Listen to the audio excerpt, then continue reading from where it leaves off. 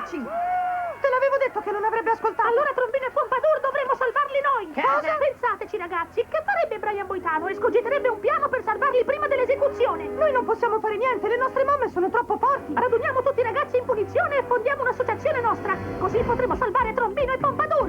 Sì, un club segreto tutto nostro! Potrebbe funzionare! Dobbiamo provarci! What would Brian Boitano do if he was here right now? He'd make a plan and he'd follow through. That's what Brian Boitano do. When Brian Boitano was in the Olympics skating for the gold, he did 2 style cows and a triple lutz while wearing a blindfold. When Brian Boitano was in the Alps fighting grizzly bears, he used his magical fire breath and saved the maiden fair. So what would Brian Boitano do if he were here today? I'm sure he'd kick an ass or two. That's what Brian Boitano do. I want this speech out of me.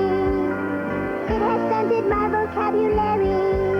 And I just want my mom to stop fighting everyone. For Wendy, I'll be an activist too, cause that's what Brian Boitano do. And what would Brian Boitano do? He'd call the kids in town and tell them to unite for truth. That's what Brian Boitano do. Qualcuno mi ha chiamato? E tu chi sei? Sono Brian Dennehy. Cosa? Sono Brian Denny! Levati un po' dal cazzo! Oh, cazzo. When Brian Boitano traveled through time to the year 3010, he fought the evil robot king and saved the human race again. And when Brian Boitano built the pyramids, he beat up Kublai Khan. Cause Brian Boitano doesn't take shit from anybody.